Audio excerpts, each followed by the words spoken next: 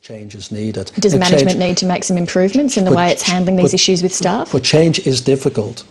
People do not like change. But are you handling it well enough? I think we are handling it as best we can. It was another traumatic profit result from Qantas. The results highlights the unique challenges we face during the period, with $198 million negative impact as a result of the industrial action that happened in that period. And also with jet fuel costs up by a massive $444 million during that half alone. It contributed to an 83% slump in half-year profit to $42 million. And with that, Qantas is cutting just over 500 jobs, mainly engineers and cabin crew. More job cuts will follow after a 2-month review, which includes consideration of shrinking the heavy maintenance facilities hitting Melbourne, Brisbane or Avalon in Victoria.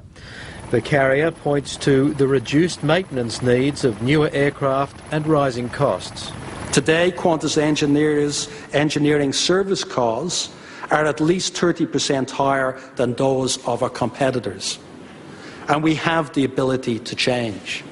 In an olive branch to unions, the Qantas chief pledged to give them their say before any decisions were made. Now, the flying headline was back on the front page this week. The Financial Review ran an intriguing piece about Qantas setting up an alliance with the world's biggest airline, Emirates. Now, Qantas confirmed it is indeed talking to a number of foreign carriers. Well, the market found it very compelling reading and started buying. Joe, a very good story by the Fin, and it certainly put the cat amongst the aviation pigeons. It sure did. I mean, this seems like some sort of grandiose code sharing deal that they're talking about, but it does potentially have carry the threat that it will undo the One World Alliance with British Airways and Cathay. So the idea would be, I mean, if it's going to work, the idea would be that instead of flying to Singapore and then, flying to London, they essentially deposit their flying customers in Dubai, and Emirates takes them and vacate the field altogether, essentially. Well, you can't imagine that it would be worthwhile doing unless there's some, really structural change in the amount of they're flying in Europe. Look, they're not. The reality is it never ceases to amaze me that it hasn't changed the value of Qantas by 10%. No. The share price went up by 10% on the announcement. They're not Robinson Crusoe signing a code-sharing agreement. Every airline in the world, or almost every airline in the world, is in an alliance, a code-sharing alliance. And in aggregate, those airlines lose billions of dollars. This is not going to change the structure of the company. It's not going to change the economics of the business. And looking, Tom, at the big picture, there seems to be, this big grand new plan from Qantas seemingly every week. Just what's the company up to? Well, I don't know. I mean, look, Alan Joyce does have a lot of ideas, clearly. It's going to be a premium airline in Asia, and then there's this latest deal with Emirates. And, of course, it was only a few years ago that Qantas was going to merge with Singapore Airlines and so forth. Look, the fact is this. The airline business, as Roger said, is extraordinarily tough, and it has always been thus. Carriers around the world are going bust. If Qantas just survives, frankly, I think that'll be a job well done. For it to make a lot of extra money, I frankly cannot see how that's going to work. The market capitalisation of Qantas is less than all the money that's been tipped into it by shareholders over the last 15 years. That is a bad investment, and the economics of that are not going to change rapidly. Would you tip this alliance going ahead? Oh, look, it may go ahead. I just don't think it's going to change the economics of the business. Okay. The dogfight in Australian skies has just become more intense. Virgin Australia's alliance with Abu Dhabi-based Etihad Airways has been cemented after Etihad got approval to double its 5% stake in Virgin. And that's despite Qantas vigorously lobbying the federal government to block the move. I spoke to Virgin Australia Chief Executive John Borghetti. Well, John Borghetti, apparently Qantas has been actively campaigning in the background against the tie-up between Etihad and Virgin. There was a leaked paper that said there were dire consequences for their business. So, but they should be worried, shouldn't they? I mean, you are coming after them, and now with Etihad potentially owning 10%, it's going to make you stronger.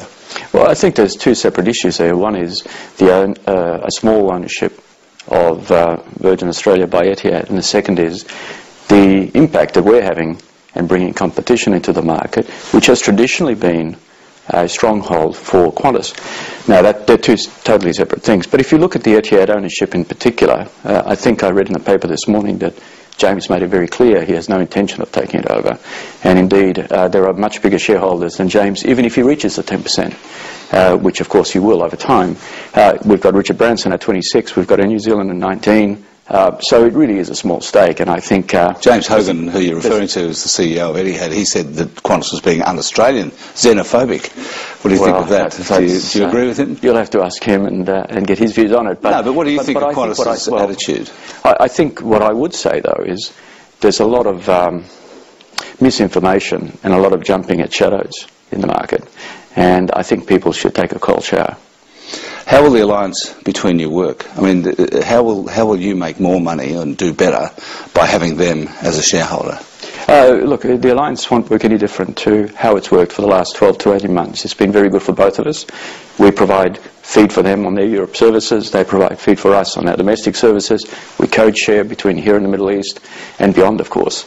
And it's been very good for both of us. So, you know, I think the equity investment doesn't really impact the alliance that we have, because it's such a strong alliance, and it's been working very well for both of us. So how many points of market share do you think they're responsible for in your domestic business?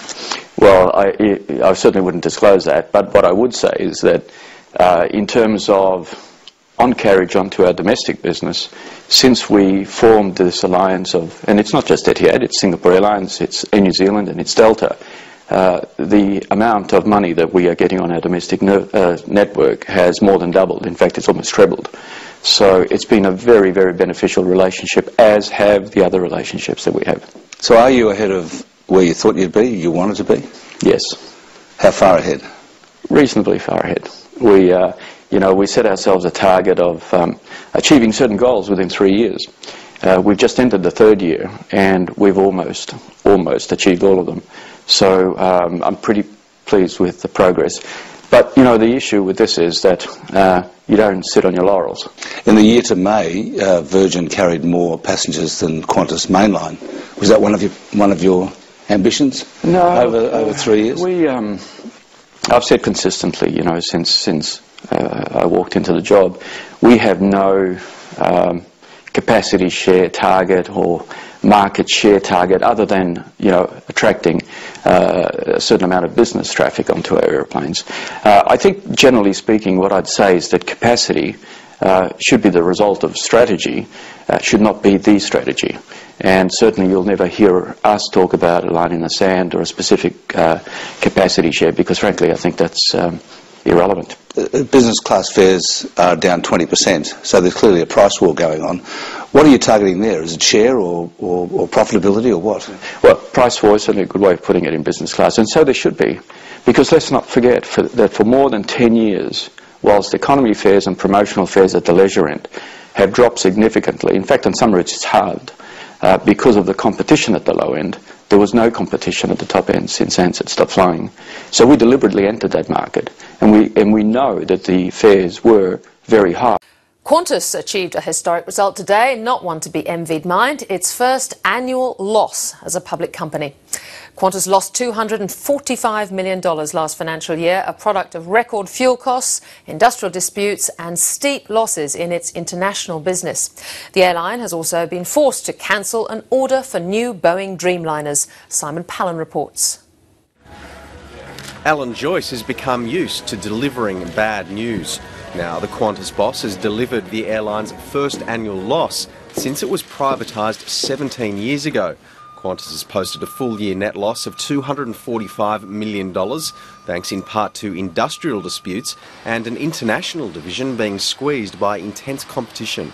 We're focusing on making sure we turn the business around so that we can start growing Qantas International. It's difficult to make money internationally. You're facing competition from lower-cost airlines, government-subsidised airlines. You've got high fuel costs. You've got soft economies overseas.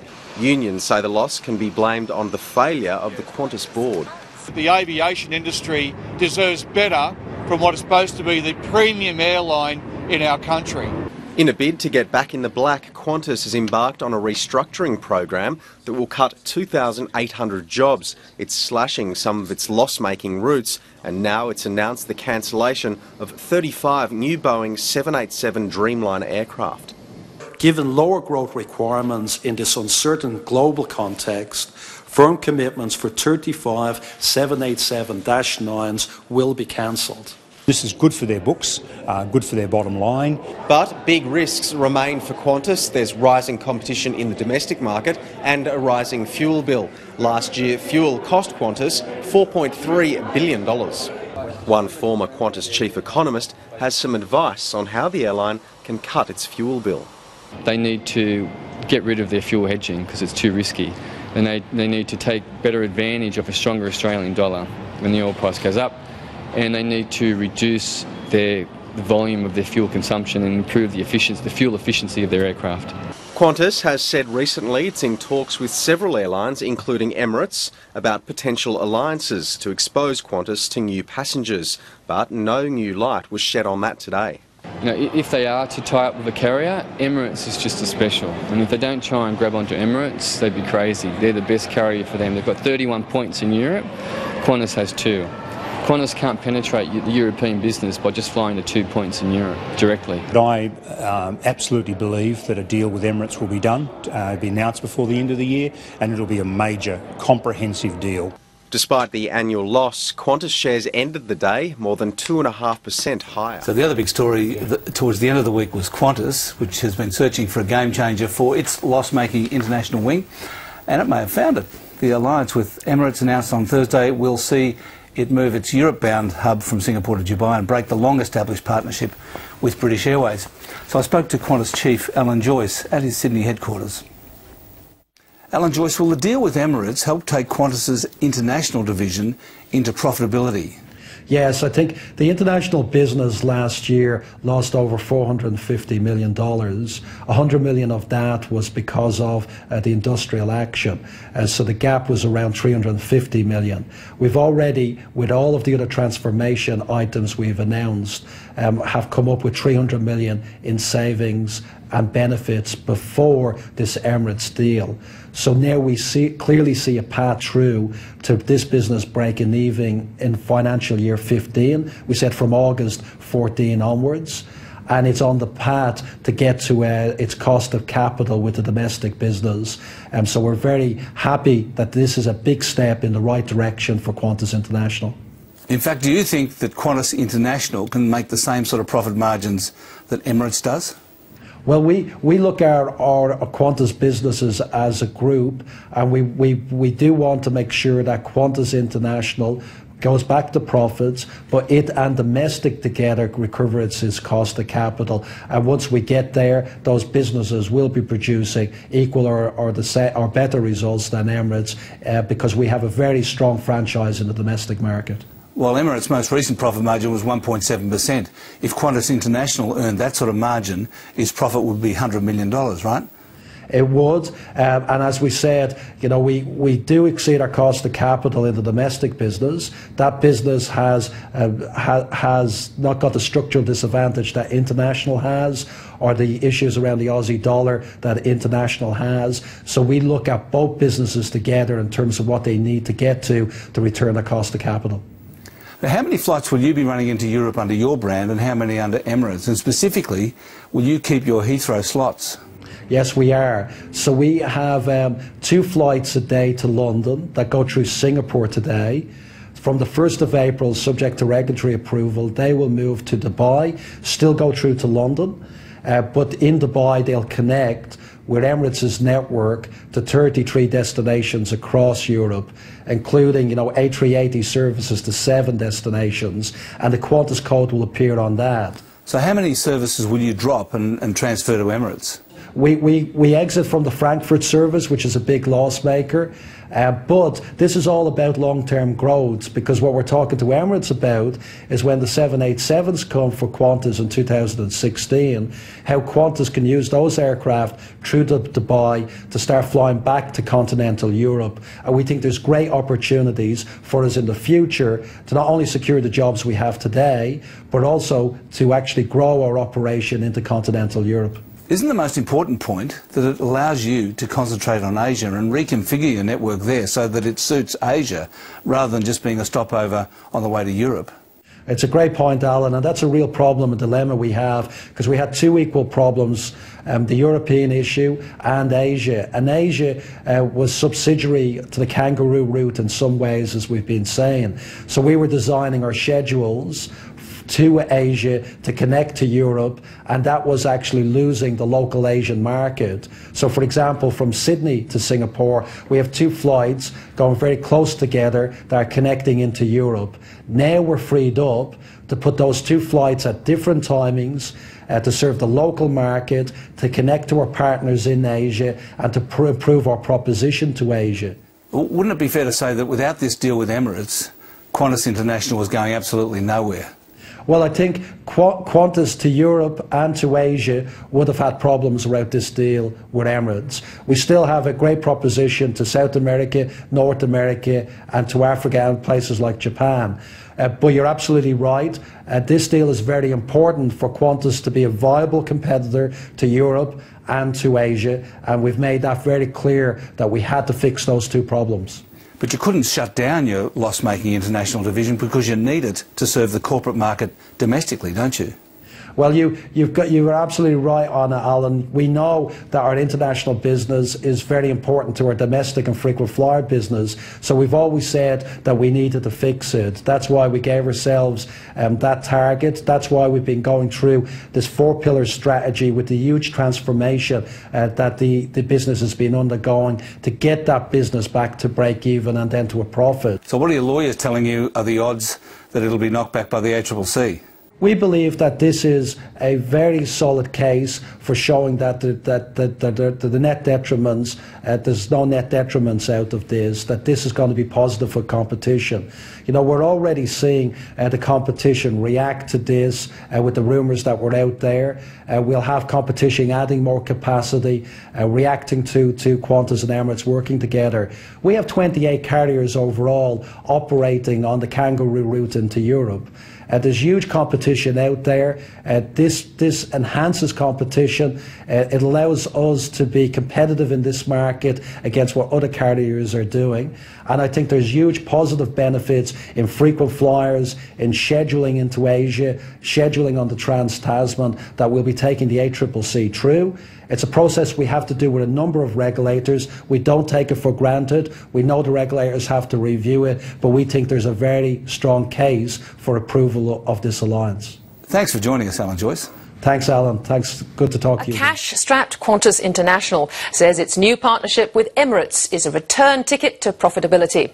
The deal replaces Singapore with Dubai as the overseas hub for Qantas and spells the end of a 17-year agreement with British Airways. And tourist groups have given it the thumbs up, saying it helps to put Australia back on the map. Andrew Robertson reports.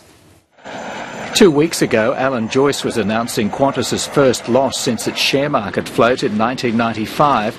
Now the strategy for earnings to take off again.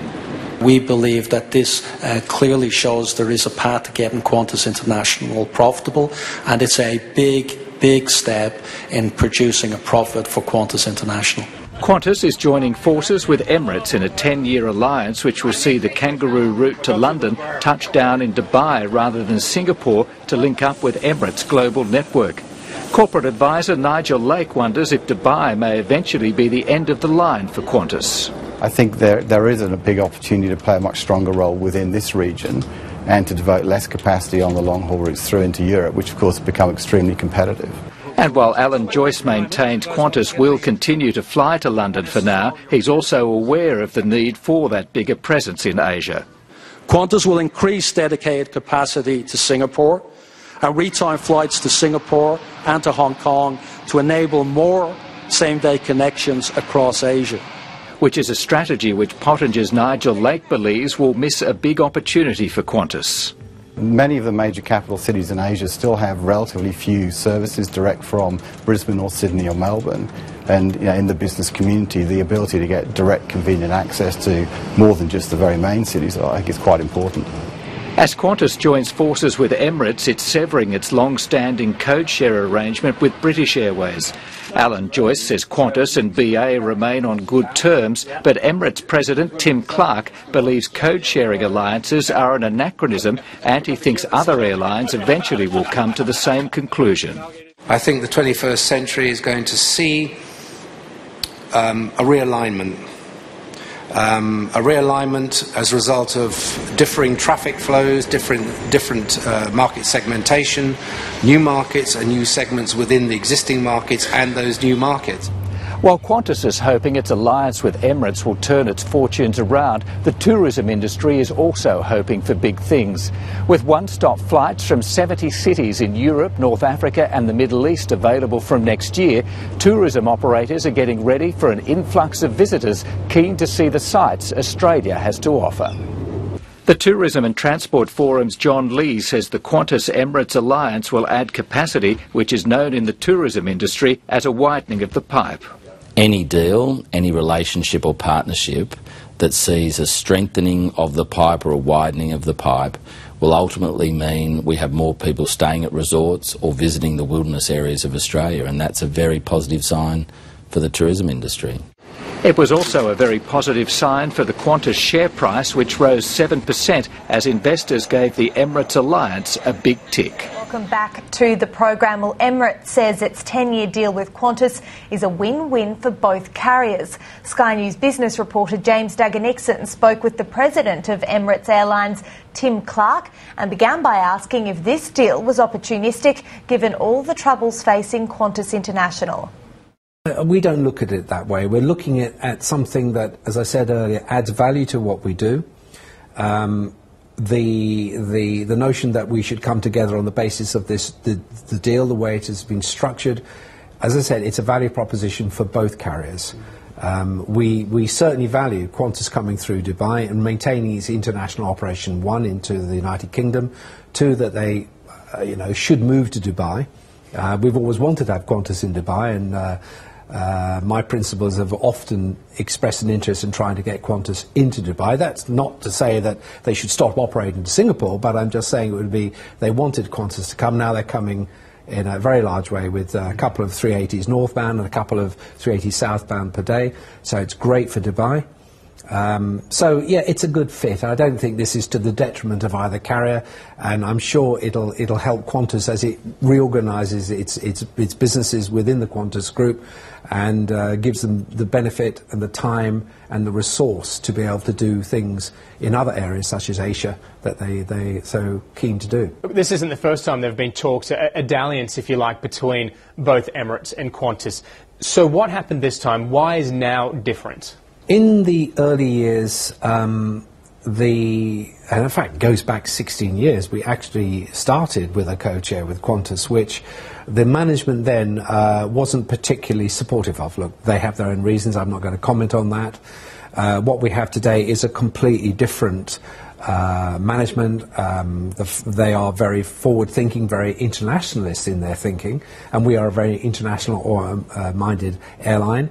There is a high degree of good chemistry between the two management groups, which helped this go to the level that it has done today. When we first met 4 months ago, I was surprised that it worked so well, and as I said earlier, the die was cast at the first meeting, because I realised, I think Alan did as well, that this could get traction in many other ways to a far greater extent than we originally thought when we had the initial meeting. So no, it's something that I think is going to be very strong for both companies. You talked about the instant meshing, if you like, between yourself and Mr. Joyce and your executive teams. It was a very quick negotiation process, but were there hiccups, or what were the sticking points?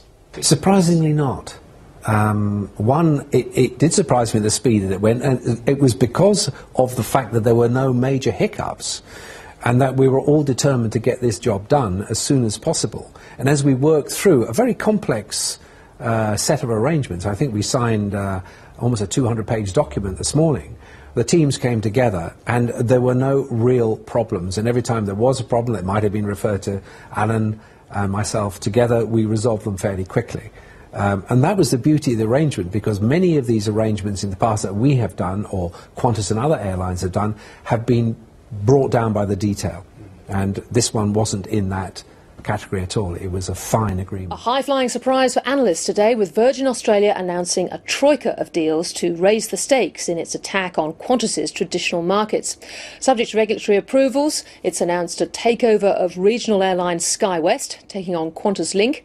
It will take a 60% holding of Singapore Airlines-owned low-cost carrier Tiger Airways up against Jetstar, and Singapore Airlines will also take a 10% stake in Virgin Australia. Well, I spoke with CEO John Borghetti just after the announcement. John Borghetti, thank you for joining me. Hi Tiki, nice to see you again. You say this is but a step in your 5-year transition. This time results next year. What do you see Virgin Australia looking like? Well, a lot bigger than we are now, obviously, if these transactions are approved. And, you know, I did say that it is a step in the 5-year strategy, because it is. I mean, it's an important step, a very large step, but it isn't the whole strategy, as you know. I mean, we started 2.5 years ago with repositioning the business, actively targeting high-yielding business, but of course we vacated the budget space and frankly had very little presence, if any, in regional Australia. Whilst we've been going very hard at the business end and what I would call the high and middle end leisure, we really don't have a presence that to speak of in any other sector, and this allows us to have that presence. Well, let's unpack this. SkyWest first. Presumably a big attraction in the West is the charter market, the fly-in, fly-out market. That's exactly right, and we have virtually none of it. I mean, we don't operate a charter operation. We will if this is approved. I mean, I assume if you're attacking, as you are, Qantas at the business end, this must be, at the moment, one of the most lucrative areas for Qantas. Well, I can't comment for them, but it certainly would be a very lucrative area for us, because you see, when you look at the last decade or so, Western Australia effectively, more than probably any other state in this country, has had the effect of Ansett collapse in regards to competition. I mean, Western Australia was a very strong foothold for Ansett, and of course since Ansett's demise, the market has been, I'd say, occupied to a large extent by one player. You say your synergies with SkyWest are going to work through over the next 12 months. You're keeping the management team in place. That would seem counter to good synergy. No, what we said was that what we would do is keep it operating under the AOC, which is the Airline Operating Certificate, that has all those fleet types attached to it, and that we'll keep head office in Brisbane. But our plan is to actually expand the business and therefore create jobs and create more air routes, etc., not contract it. You know, in terms of the synergies that we get from the business, a lot of them come from fleet as well as cost savings and other means. So it isn't about people. In fact, people, as you add more aircraft, you need more people, and we'll be adding more aircraft, so we'll need more people. Moving to Tiger, how long do you think it will be before Tiger will break even? Well, I'm not going to comment on that other than to say that let's wait for the approvals if they come through, and I'm hopeful that they will come through, because we think we can deliver some good growth potential for Tiger. But you know, when you look at Tiger for the last 12 months, and I think this morning they announced the last quarter losses, you have to remember that some of those losses were due to the grounding effect that they had. But clearly they need scale. And we can deliver that scale. We can help with our expertise, and frankly have Tiger operating to many more ports and bringing tourism into those ports that currently really has a limited way of getting there. Last year, CASA grounded Tiger, the Australian fleet, because it, quote, lost confidence in the airline's ability to manage its safety. Now, a couple of weeks ago, Tiger was also still spamming customers. I mean, its reputation is nothing like what you would want at the moment. Are you going to have some major input there? Well, certainly, you know, the brand would have been hurt by what went on, but it certainly hasn't been irreparably damaged. It is still a very strong brand in Asia, and it's still recognised in Australia. And I think that the brand equity can go back very quickly. And we believe that we can bring that expertise. I mean, if you look at where we are now with our branding, I think we've made quantum steps in the last 18 months with it, and we believe that that the same thing can happen with Tiger. And you know, I wouldn't want it any other way. I want the Tiger brand because it has got a lot of value that we can extract from it. And you've stressed today that it's going to remain as the Tiger brand and quite distinct from the Virgin Australia brand, the brand that you worked so hard at to get sort of more upmarket. And Tiki, that's very important because what you don't want to do is create confusion in the eyes of the consumer where they think they're booking one carrier and they wind up on another. You know, what you won't see with Tiger and Virgin Australia is Virgin Australia co-sharing on Tiger or Tiger co-sharing on Virgin Australia, because the principle of those airlines and those brands are very different to different market segments, and it's the market segments that you're targeting that dictate the brand that you use and the expectations you deliver. Would you say that that's happening to some extent with Qantas and Jetstar at the moment? Well, I suppose I'll talk more generally and say not every airline does that. And you know, we've learnt, and certainly I've had my experience in multiple brands, and I think we've learned from other people's experience, and as you do, as you evolve, and we're going to put all those learnings into practice. John, these deals essentially take us back to a duopoly in Australia. How are you going to convince the ACCC that this is good for competition? Well, I'm not sure about that. I think that we have to remember that, first of all, the way it is at the moment, we're not in any charter business segment. We're very limited in the FIFO business, in the fly-in, fly-out business. We have very limited presence in Western Australia. We have virtually no presence at all in the budget space. In fact, I would argue we don't. And so my argument here is that the counterfactual is that if we can't do this, then you know, I'd like to understand what is then the consequences for Tiger's growth potential going forward, given that 5 years down the track from operating, they only have 11 aircraft, and we're saying with our involvement we can grow that to 35 in the next 5 years. And look at Western Australia. SkyWest is as good an airline as it is, and it's a brilliant airline. It is a very small airline in the total scheme of things. So the growth prospects for that airline too, I think, I would argue, are limited in comparison to what we can bring to it. So I think you have to look at the counterfactual as well.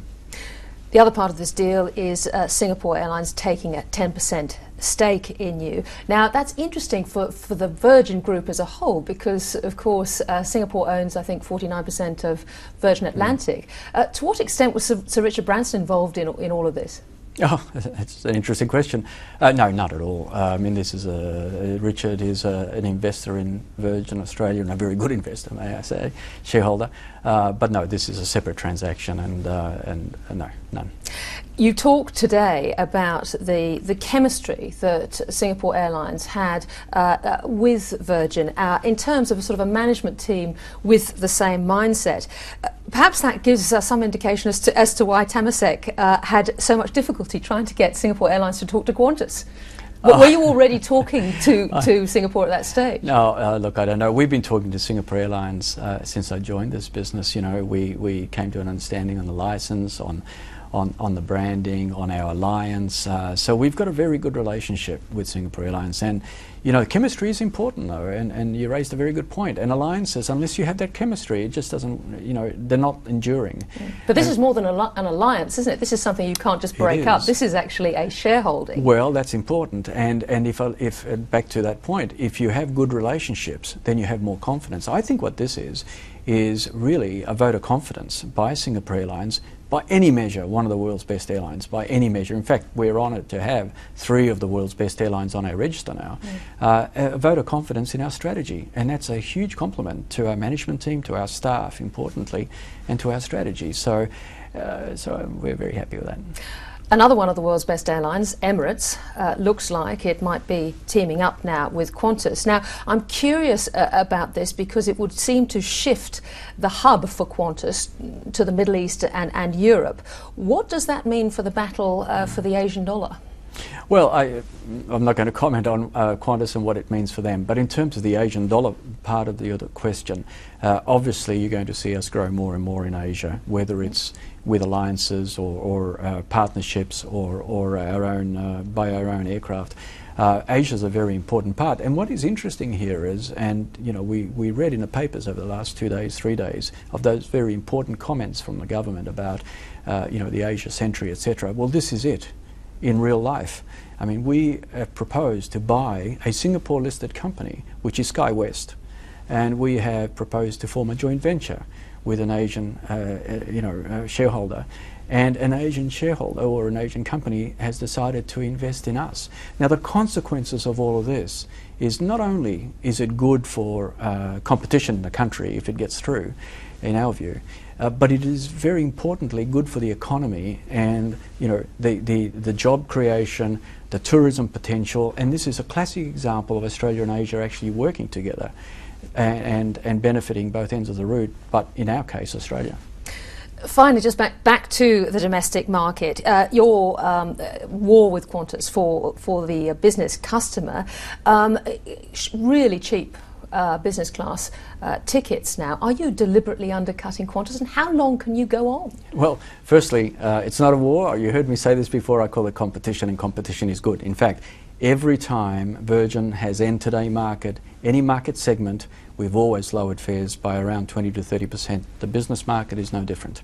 And you know, what you're seeing is a pricing that we believe is appropriate for our cost base and for the value that we provide to the customer. You know, the pricing in business class and the business market has been so high for the last decade because of lack of competition. And when competition comes in, prices always go down. Finally, the romance is back, apparently, at Virgin Australia. You're heroing your people. To what extent is this a strategic play and hitting Qantas where it hurts at the moment because of their difficulties with the union and staff? It's got nothing to do with that. You know, people that know me will tell you. I've always believed that the people are what makes the companies different. It's not the colour of the aeroplane. It's not the way that you fly them. I mean, you all fly them safely. It's the people. I mean, it's the people of Virgin Australia that have made it what it is. All I do is set the direction, and so what you're seeing is actually my true feelings through an advertisement. John Borghetti, I wish you very good luck with all your deals. Thank you, Tiki. Always a pleasure to talk to you. Thank you. Hi everyone, I'm Ricardo Gonçalves. Well, Qantas held its annual general meeting in Canberra today, reflecting on what's been a very turbulent 12 months. Of course, the company has seen its profits eroded by higher jet fuel prices and its international business. Then there was the industrial dispute, which saw the grounding of its entire fleet about this time last year. Here's what Alan Joyce, the company's CEO, had to say about that incident. The grounding of the Qantas fleet and the subsequent termination of industrial action by Fair Work Australia brought certainty for our customers, employees and shareholders. And the agreements subsequently reached with these unions and endorsed by Fair Work Australia have reinforced management's right to manage. I deeply regret the disruption that was caused to many of our customers by the industrial action and the grounding, but I believe our recovery has been in the finest tradition of Qantas' commitment to customer service. In 9 of the past 11 months, we have defeated Virgin in on-time performance. Virgin, though, launched an assault on Qantas earlier this week, taking a 60% share of Tiger Airways. Then it also sold a 10% stake of the company to Singapore Airlines, strengthening its international alliances. So that'll make the potential Qantas-Emirates tie-up even more crucial if it passes regulatory hurdles. Here's more of Alan Joyce. The new global partnership with Emirates is the most significant partnership in Qantas's history. It is a partnership of equals, an integrated commercial agreement that will give our customers a global network, world-class travel experience and extensive frequent flyer benefits. It will revitalise Qantas International on the fiercely competitive Kangaroo route. But what do analysts think about the year that was for Qantas and what's in store for the company? Here's Francesco De Stratis from Ord Minnett. Look, I think it's critical for revenue in particular. It opens up a lot more destinations for Australian travellers, but also enables Qantas to reduce their cost base because they won't have to fly as many aeroplanes to Europe and so many places like that. And they can use some of those airplanes to open up other destinations within a shorter distance around Asia. So I think it's a key. And what I think is very important is not just a code share arrangement, it's a partnership. So I think that's a key to the deal with Emirates. Well, Qantas is in the first half of its 5-year turnaround strategy, but for shareholders, well, they've been told a dividend may come as soon as possible. For SBS World News Australia Online, I'm Ricardo Gonçalves. Well, more drastic job cuts at Qantas tonight have left the unions fuming and hundreds of maintenance workers across the country now fearing for their future. So what does this mean for the flying public? Danielle Isdale is at Sydney Airport. Danny, how will passengers be affected here? Well, Bill, the union says it can't see how passengers won't be affected, but Qantas says it can't see why they would be. The announcement slashes 500 jobs, though the airline did announce 100 new jobs in Queensland today. It still leaves 400 positions and hundreds of workers going home tonight to their families unsure about their futures. It's also left one very angry team of union officials representing those workers who have many questions, chief of which, why weren't they consulted? They say that this announcement came totally out of the blue and the workers weren't involved in any decision making.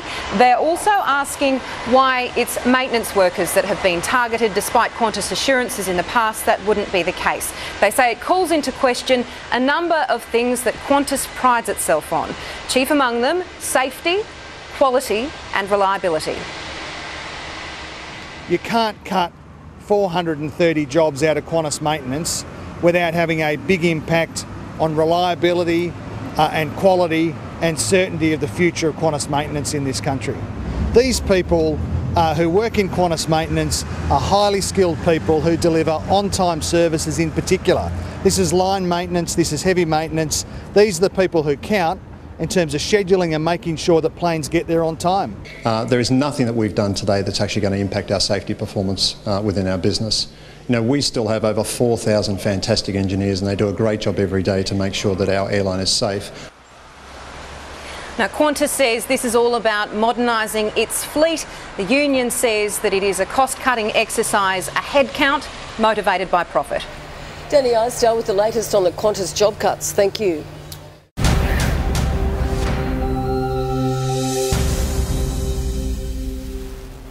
Qantas has cut its 40-year relationship with Tourism Australia over a spat between the former chief executive of the company, Jeff Dixon, and its current boss, Alan Joyce.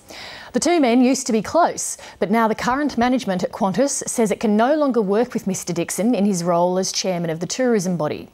It alleges he and some other investors have a plan to take control of the airline and are undermining Alan Joyce's leadership. Greg Hoy reports. The feud began soon after Qantas announced it had lost money this year, hatching a plot for a management takeover. Meeting privately with investors and unions, the conspirators include venture capitalist Mark Carnegie, former Qantas executives Jeff Dixon and Peter Gregg, and ad man John Singleton, who has publicly attacked Qantas management. Well, everything starts at the top. You have to have I don't even know who's on the board just as well, but you have to have a chairman and a CEO and staff who want to take Qantas back to what it was. Alan Joyce is going through a very tough period, as is the entire airline industry. But what we have to remember here is most of the challenges that Alan Joyce faces at the moment were decisions made on Jeff Dixon's watch. And also before him, James Strong's watch. There were bad decisions made at Qantas. They're trying to unravel those right now. A key concern, according to John Singleton, is Qantas's controversial plan to join a seat-sharing partnership with Middle Eastern airline Emirates to cut costs for Qantas International. Today, Chief Executive Alan Joyce hit back, baiting the rebels to detail their alternative plan. There's confusion about what the strategy is out there, but what's very clear is that there is no support for the Emirates alliance, and we think that's a clear plank of us turning around international. Alan Joyce was particularly critical of his immediate predecessor and one-time supporter and close confidant, Jeff Dixon, now the chairman of Tourism Australia. Qantas today announced it would suspend its $44 million promotional partnership with Tourism Australia. What we're doing is very much pointing out what we believe is a clear conflict that needs to be resolved. And from our perspective, it's going to be inappropriate for us to continue to work with Tourism Australia while that conflict is there. The suggestion perhaps being that Jeff Dixon's ongoing role with Tourism Australia is now untenable. The federal government appoints the head of Tourism Australia, but Tourism Minister Martin Ferguson was not available for interview, nor was Jeff Dixon or any of the rebel group. So will the Qantas Emirates alliance be good for tourism in Australia by growing Qantas, as management suggests, or will it shrink the number of seats available into and out of Australia? Former Chief Economist at Qantas, Dr Tony Webber. If the Emirates and Qantas alliance leads to fewer seats in the market compared to a world without the alliance, then you'll see weaker inbound tourism than a world that doesn't have the alliance. We think it's a key plank of us turning around Qantas International and will give us a clear returns going forward. Large investors 730 has spoken to say for now Qantas management has their full support, though there's no question that this dispute will increase the pressure for Alan Joyce and his executive team, already feeling the heat due to poor profitability, a poor share price and poor relations with Qantas unions, who share some of the rebels' key concerns. What we see is an iconic Australian company that was renowned and synonymous with Australia being gradually shrunk. From my perspective, there's only one top priority in all of this, which is making sure that Qantas has a viable, successful future. Clouding the future of Qantas and the job security of its chief executive. Even his biggest supporters will tell you Alan Joyce will, for the foreseeable future, need to watch his back as he attempts to navigate the new flight path for Australia's national carrier. When the company you're heading makes a historical loss, when you haven't paid a dividend for years, when you see your share price plummet from over $6 to under $1, you're going to be under significant stress. And particularly from the investment community. I would have thought he's got maybe 12 to 24 months to demonstrate a turnaround, particularly of the international business, before he relents to the pressure. Well, look, it does add to the pressure, there's no doubt. But behind Qantas is the fact that 98% of its shareholders, 90% of its customers support the strategy going forward. So my advice to them is stick to your guns, because you know what you're doing now is good for Qantas, it's good for shareholder value in the long term, and we're going to end up with a far more robust and profitable carrier if the strategy that they are pursuing continues. Greg Hoy with that report. Watchdogs granted conditional approval to a proposed tie-up between Qantas and Emirates. The ACCC now wants restrictions, though, on routes between Australia and New Zealand on the basis that they could negatively impact competition. It's also suggesting the alliance be authorised for 5 years. It says, given the dynamic nature of the aviation industry, it'll be necessary to review this pact sooner than 10 years. The determination's still in draft form, final decision slated for March. We're joined now by ACCC Chairman Rod Sims. Mr Sims, good morning. Good morning, Michael. Why have you given this deal the provisional tick? We found that there were material benefits. They weren't large, but we found there were benefits to particularly Qantas, but also Emirates customers in terms of more frequencies, more destinations, of course, frequent flyer, points redeeming, and benefits also to Australia's tourism industry, and there were some cost efficiencies. And we found that while those benefits weren't large, the sort of detriments or disadvantages of the deal were actually quite small, and that's because the international aviation industry is really quite competitive. So on the routes where Qantas and Emirates overlap, we didn't find that there was going to be any real problems for consumers, with the single exception of the New Zealand routes. Yeah, and I want to ask you about that. Why have you imposed or intend imposing restrictions on the ability of this code-sharing deal on the New Zealand route? It's not restrictions. It's what we've done is said that on various routes, the most popular routes really between Australia and New Zealand, there's actually 3 players on those routes: Qantas, Emirates separately, and New Zealand with its partner Virgin.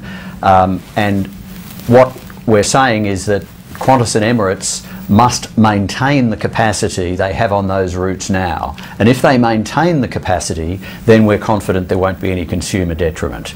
Now, Qantas and Emirates, as you know, wanted a 10-year deal. You've restricted them to 5. Why is that? We've restricted it to 5 because the benefits, as I say, while material, aren't large. We want to see how that capacity restriction on the Australia-New Zealand routes plays out, and also because in deciding that there aren't many detriments from the deal, we've made assumptions about which way the aviation industry worldwide is going. Now, we're very confident about the competitiveness of international aviation, but this is a serious tie-up between 2 competitors who are the major competitors on the Australia-Europe routes, for example. We're just keen to make sure that we keep a close eye on how this plays out, so that it plays out as we expect it will. A concern has been expressed all through this process about the impact of this tie-up on those European routes, particularly the very popular Kangaroo route between Australia and the UK. Do you agree with some of those concerns that if you do in the end tick off on this deal, that competition in that very long-haul route will be further reduced? We don't think so. Our original concern, certainly one I voiced, because I'm quite aware that Emirates flights are probably a bit cheaper by and large than the Qantas flights, and so we were concerned that the Emirates fares might go up to the Qantas fares under this alliance, but there's just too many other competitors for that to happen. You've got Singapore Airlines, you can fly to London via Singapore. You've got Cathay, you can fly via Hong Kong. You've got Etihad, you can fly via the Middle East, and you've also got more options coming from the Chinese airlines. So we're very confident that Emirates won't think about pushing up its prices, or the alliance won't, because if they do, people will take other alternative flights to London. Qantas boss Alan Joyce was very loudly saying through this process as well that this deal was critical to the future viability of Qantas's international routes generally and operations. How much did that play in your considerations? Really not much at all. As a competition regulator, we're never usually concerned about individual competitors. We're concerned about the competitive process and how that plays out in the long-term interests for consumers. So we were looking to see, what does this deal do to competition? How does it affect consumers? Is there net benefit for the long-term interest of consumers? And we think there is. It's not really our job to look after the profitability of a single airline, even if it's Qantas. Yeah, OK. Now, this is a draft decision, of course. Where to now, Rod Sims? We get comments from those who are interested. I think it's 18th of January, at some time mid to late January, when the deadline is for people to give us comments, and then we will aim to get a final decision out sometime in March 2013. But it's very unlikely, given the way these draft determinations have gone in the past. It'd have to be a very strong objection for you not to proceed with the final tick. Look, it would have to tell us something that we're not aware of now. That's right, Michael, and I think it's fair to say, while there's a lot of reservations amongst Qantas and Emirates competitors, none of them were outright, or very few of them, if any, were outright opposing the deal. So, look, that's fair to say. It would be surprising, but we'll keep an open mind on this. The whole point of putting out a draft determination is so that people can understand our thinking and see whether there's any flaws in that. So we'll be awaiting those submissions with keen interest. Rod Sims from the ACCC, thank you very much for your time this morning.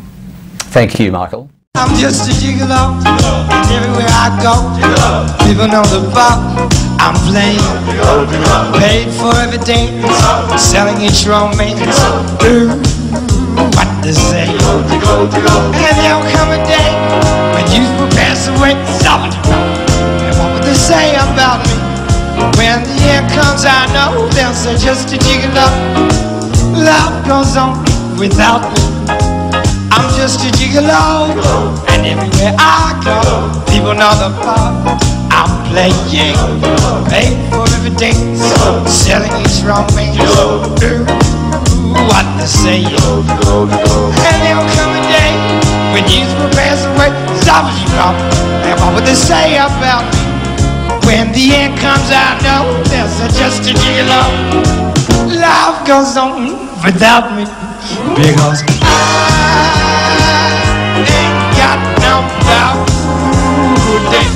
Yes, and nobody cares for me. Listen, nobody cares for me.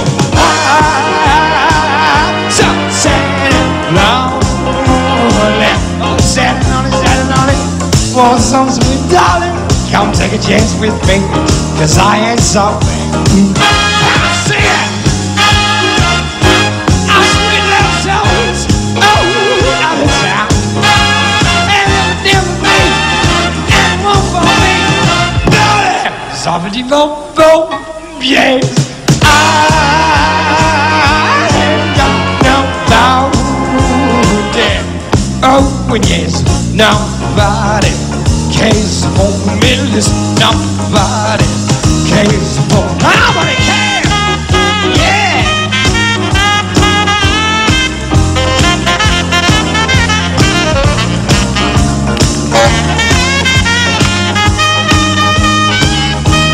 What you got doing up there?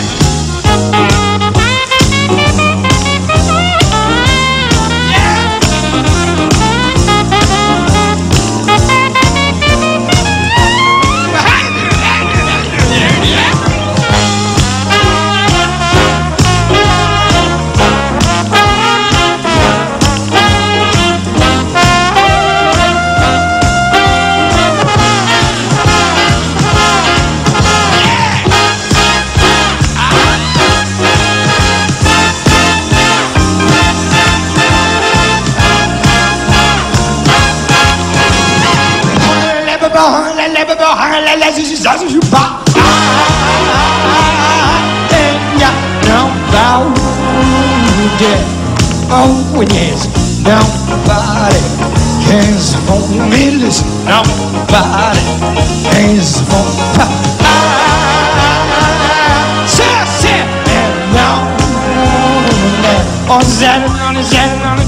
Well, so sweet darling, come take a chance with me, 'cause I ain't so bad.